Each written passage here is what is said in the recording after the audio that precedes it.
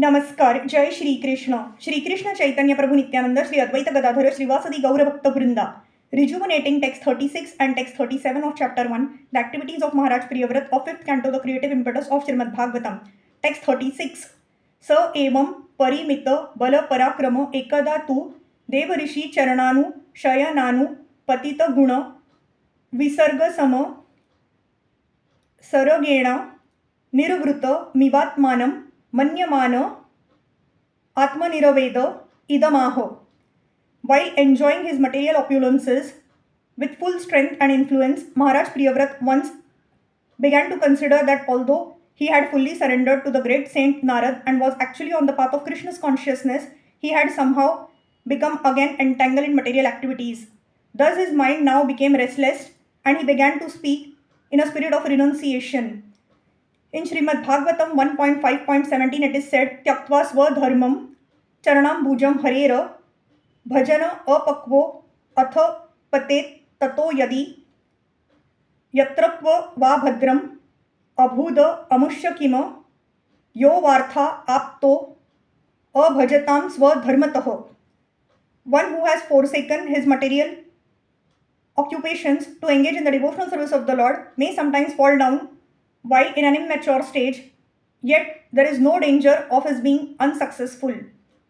On the other hand, a non-devotee, though fully engaged in occupational duties, does not gain anything.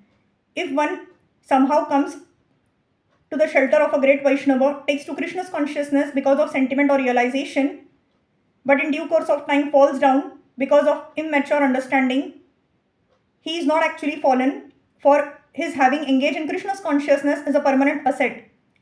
If one falls down, therefore his progress might be checked for a certain time, but it will again become manifest at an opportune moment. Maharaj Priyavrat, although was serving according to the instructions of Narad Muni, meant for going back home, back to Godhead, he returned to material affairs at the request of his father.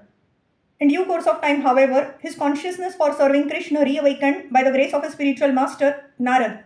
As stated in Bhagavad Gita 6.41, Shuchi Nam Shrimatam Gehe Yoga Bhrashto Abhijayate. One who falls down from the process of Bhakti Yoga is again offered the opulence of the demigods, and after enjoying such material opulences, he is given a chance to take birth in a noble family of a pure Brahman or in a rich family, to be given the chance to revive his Krishna's consciousness. That actually happened in the life of Priyavrat. He is a most glorious example of this truth. In due course of time, he no longer wanted to enjoy his material opulences and his wife, kingdom and sons. He wanted to renounce them all. Therefore, after having described the material opulences of Maharaj Priyavrat, Shukdev Goswami in this verse describes his tendency for renunciation. The words Deva Rishi Charana Nu Shayana indicate that Maharaj Priyavrat, having fully surrendered to the great sage Devrishi Narad, was strictly following all the devotional processes and regulative principles under his direction. In regard to strictly following the regulative principles, Srila Vishwanath Chakravarti Thakur says, Dandavata pranamas tan anupatitaha. By immediately offering obeisances unto the spiritual master, Dandavat, and by strictly following his directions, the student becomes advanced. Maharaj Priyavrat was doing all these things regularly. As long as one is in the material world, he has to be under the influence of the modes of material nature, Guna Visarga. It is not that Maharaj Priyavrat was freed from material influence because he possessed all material opulences. In this material world, for the very poor man and for the very rich man are under material influences, for both wealth and poverty are creations of the material modes of nature. As stated in Bhagavad Gita 3.27, Prakruteha Kriyamanani Gunaiha Karmani Sarvashah. According to the modes of material nature we acquire, the material nature gives us facility for material enjoyment. Text 37. Aho asadhva nushtithama yadabhini veshito ahamindriyaira vidyarachita vishama vishayandha कुपे तदल मलम मुष्या वनिताया विनोदमृगं माम धिग्धिगिति Garahayan Chakar. The king thus began criticizing himself. Alas, how condemned I have become because of my sense gratification. I have now fallen into material enjoyment, which is like exactly a covered well. I have had enough. I am not going to enjoy anymore. Just see how I have become like a dancing monkey in the hands of my wife. Because of this, I am condemned. How condemned is the advancement of material knowledge can be understood from the behavior of Maharaj Priyavrat. He performed such wonderful acts as creating another sun which shined during the night and created the chariot so great that its wheels formed vast oceans. These activities are so great that modern scientists cannot even imagine how such things can be done. Maharaj Priyavrat acted very wonderfully in the material field of activities. But because he was dealing in sense gratification, ruling his kingdom, and dancing to the indications of his beautiful wife, he personally condemned himself.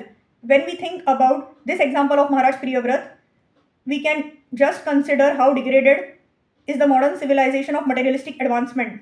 Modern so-called scientists and other materialists are very satisfied because they can construct great bridges, roads and machines, but these activities are nothing comparable to those of Maharaj Priyavrat.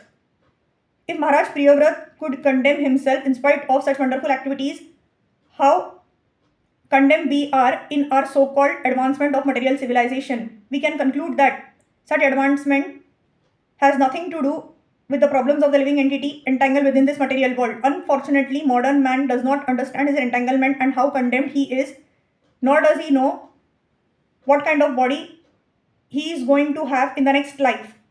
From a spiritual point of view, a great kingdom, a beautiful wife, and wonderful material activities are all impediments to spiritual advancement.